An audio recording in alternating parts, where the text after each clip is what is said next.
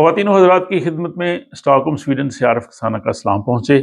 آج کے ولاگ میں ہم سویڈن کی سٹیزن شپ یعنی شہریت کے حوالے سے حکومت جو قانون سازی کرنے جا رہی ہے اور ممکنہ طور پہ اگلے سال وہ قانون بن جائے گا، اس کی ایک اہم شق یہ ہے کہ جن لوگوں کی پہلے سے درخواستیں مائیگریشن بورڈ کے پاس التوا میں ہوں گی، یعنی جن پہ بھی پروسیس نہیں ہوا، ان پر بھی یہ قانون جو ہے وہ نافذ ہوگا۔ اس حوالے سے ایک خاصی بحث چل رہی ہے کہ کیا ریٹرویکٹیو قوانین ہو سکتے ہیں، کیا پچھلے جو وقت سے جن لوگوں نے پہلے سے اپلیکیشنز دی ہوئی ہیں کیا ان پہ نئے قانون کا نفاذ ہو سکتا ہے، یا نیا قانون جو ہے وہ ان درخواستوں پہ لاگو ہونا چاہیے جو اس قانون بننے کے بعد مائیگریشن بورڈ کے پاس آئیں۔ اب اس میں رائے جو ہے وہ بہت ہی منقسم ہے، اور ہم جائزہ لیتے ہیں کہ سویڈن کے جو قوانین ہیں، آئین ہے، اس کے مطابق جو ریٹرویکٹیو قوانین ہیں، لاز ہیں، وہ کس طرح سے لاگو ہوتے ہیں، اور اس میں ماہرین قوانین جو ہے وہ اس حوالے سے کیا کہتے ہیں۔ تو اس میں سب سے پہلے اگر ہم دیکھیں جو کریمنل لا ہے، جو فوجداری جو قوانین ہے، اس حوالے سے جو ہے وہ پرانا جو اپلیکیشنز ہیں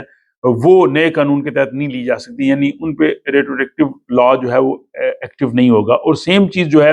وہ ٹیکس لا کے حوالے سے ہے کہ مثلا لوگوں نے اگر پہلے سے ان کے کچھ ٹیکس کے معاملات ہیں اور آج قانون بنتا ہے تو قانون آج سے نافذ ہوگا، جو پہلی اپلیکیشنز ہیں ان پہ لاگو نہیں ہوگا۔ اور سیم چیز جیسے میں نے کہا کہ جو فوجداری مقدمات ہیں، کرمنل لاز ہیں، ان میں بھی جو قانون بننے کے بعد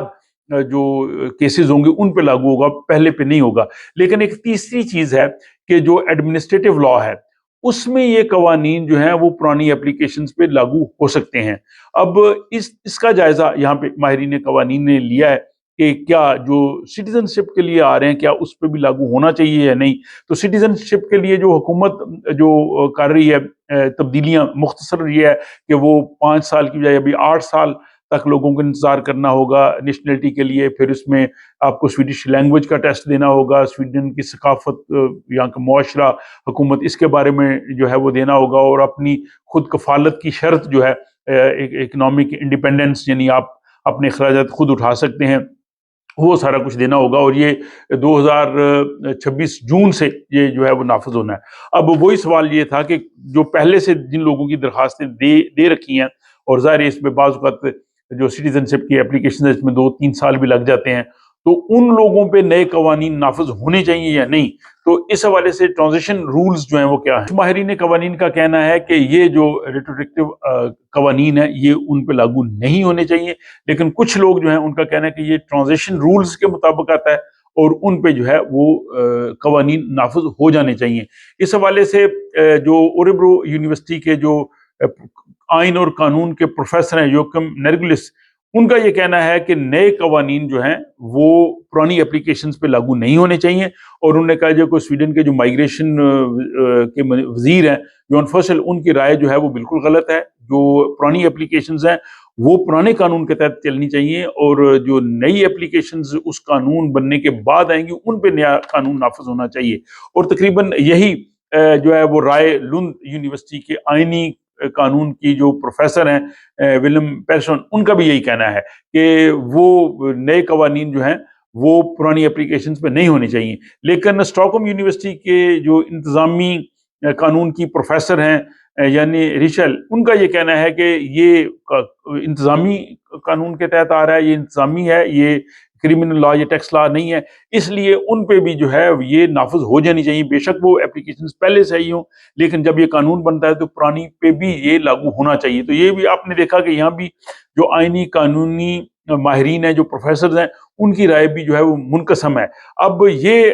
قانون اب جائے گا